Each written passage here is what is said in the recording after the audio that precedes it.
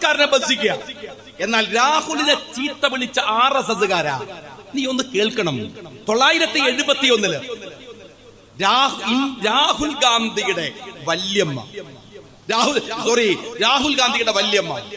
ഇന്ദിരാഗാന്ധി രാജ്യം ഭരിക്കുകയാണ്. അന്ന് നിക്സൺ ആണ് ഇടപെട്ടത്, ഇന്ന് ട്രംപാണ്. അന്ന് നിക്സണാണ്. ആ നിക്സണോട് ഇന്ദിരാഗാന്ധി പറയുന്ന ഒരു വാക്കുണ്ട്, ഹേയ് മിസ്റ്റർ നിക്സൺ. ആ കാലൊക്കെ കഴിഞ്ഞു.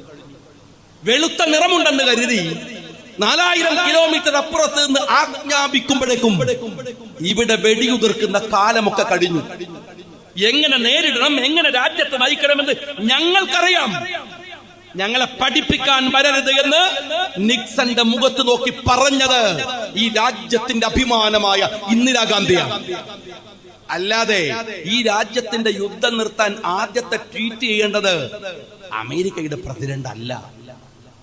നിങ്ങൾക്ക് രാജ്യം ഭരിക്കാൻ അറിയില്ല. കാര്യം എന്താണ്? വെറുപ്പിനെ കൈമുതലാക്കിയാൽ എങ്ങനെയാ ഒരു നാട് ഭരിക്കുക? വെറുപ്പ് കൊണ്ട് ഭരിക്കാൻ തീരുമാനിച്ചാൽ എങ്ങനെ ഉണ്ടാവാ? എന്റെ ചോദ്യം നിങ്ങളോട് ഞാൻ ചോദിക്കട്ടെ. ഈ യുദ്ധം കഴിഞ്ഞല്ലോ, ഇനി രാഷ്ട്രീയം പറയാലോ. അതുകൊണ്ട് ഞാൻ ചോദിക്കട്ടെ, നരേന്ദ്രമോദിയുടെ ബി.ജെ.പിയെ താങ്ങുന്നവരോട്, അത് രാഷ്ട്രീയം പറയാൻ മടിച്ചു നിൽക്കുന്ന കേരളത്തിന്റെ പിണറായി വിജയൻ ചോദിക്കേണ്ട ചോദ്യം ഞാനൊന്ന് ചോദിക്കട്ടെ.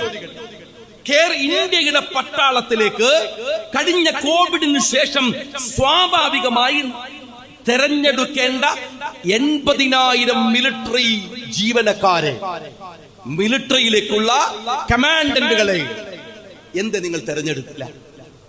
ഇന്ത്യയുടെ മിലിറ്ററിയുടെ ചരിത്രത്തിൽ ഇത്ര ദീർഘമായ ഒഴിവ് മിലിറ്ററിയിൽ വന്നിട്ടില്ല. മിലിറ്ററി ഉദ്യോഗസ്ഥന്മാര് വന്നിട്ടില്ല. നിങ്ങൾ കാശ്മീരിൽ പോയ ഒരുപാട് ആളുകൾ ഇവിടെ ഉണ്ടാവുമല്ലോ. വേദിയിലുള്ളവർ എനിക്കറിയാം, കുറെ ആളുകൾ പോയിട്ടുണ്ട്. ഞാൻ 2-3 തവണ പോയിട്ടുണ്ട്.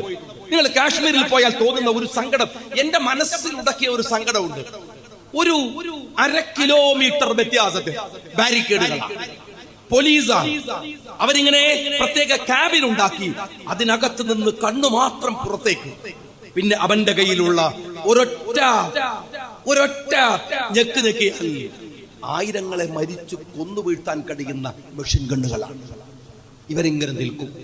നിങ്ങളൊരു 10 കിലോമീറ്റർ കടക്കുമ്പോഴേക്ക് ഒരു 20 ഈ പട്ടാള ബാരിക്കേഡുകൾ നിങ്ങൾക്ക് കാണാം. ആ കാശ്മീരിൽ ഇതിനെയെല്ലാം മറികടന്ന് ഒരു തീവ്രവാദ കൂട്ടം പോയി മനുഷ്യരെ വെടിവെച്ചു കൊന്നു. ഇത് സുരക്ഷാ വീഴ്ചയല്ലേ? ഇന്ത്യ പോലെ ഒരു വലിയ, ഞാൻ ചോദിക്കട്ടെ, ഇവിടുന്ന് ഈ കോറോത്ത് ഒരുത്തൻ കട്ടിട്ട് പോയാൽ അവനെ തെരഞ്ഞ് കോറോത്ത പോലീസ് ബീഹാറിൽ പോയി പിടിക്കും, ബംഗാളിൽ പോയി പിടിക്കും, തമിഴ്നാട്ടിലെ തിരുട്ട് ഗ്രാമത്തിലാണെങ്കിൽ പോയി പിടിക്കും. ഒരു സാധാ പോലീസ് അറിയാലോ നിങ്ങൾക്ക്, നമ്മുടെ നാട്ടിലെ പോലീസ്. എന്നിട്ടാണ് കിലോമീറ്ററുകളിൽ 2 ബാരിക്കേഡുള്ള കാശ്മീരില് പരസ്യമായി ആളുകളെ ജാതി മതം ചോദിച്ചു വെടിവെച്ച് കൊന്നിട്ട് അവരെവിടെ പോയി? നരേന്ദ്രമോദി കൊന്നവനെവിടെ?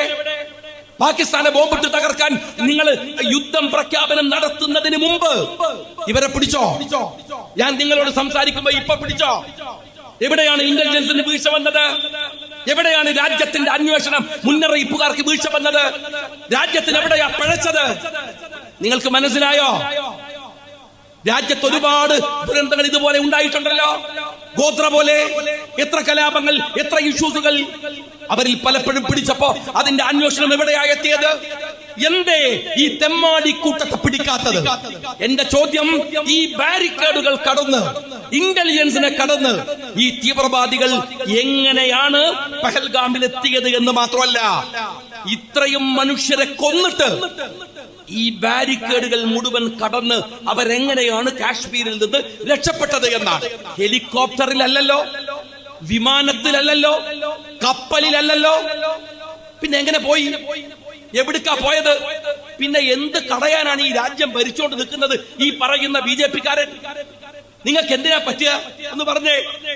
അതുകൊണ്ട് ഇത് രാജ്യത്തിന്റെ വീഴ്ചയാണ്, സുരക്ഷയുടെ വീഴ്ചയാണ്, ഈ നാടിന്റെ വീഴ്ചയാണ്. ഇത് പറഞ്ഞാൽ നിങ്ങൾ മൂക്കിന് വിളിച്ചു കളയോ?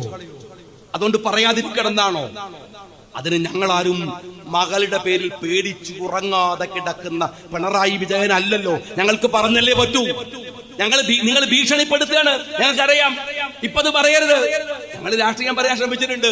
ഇപ്പൊ ഓരോന്ന് പറയുമ്പോ അങ്ങനെയാണ്. ഈ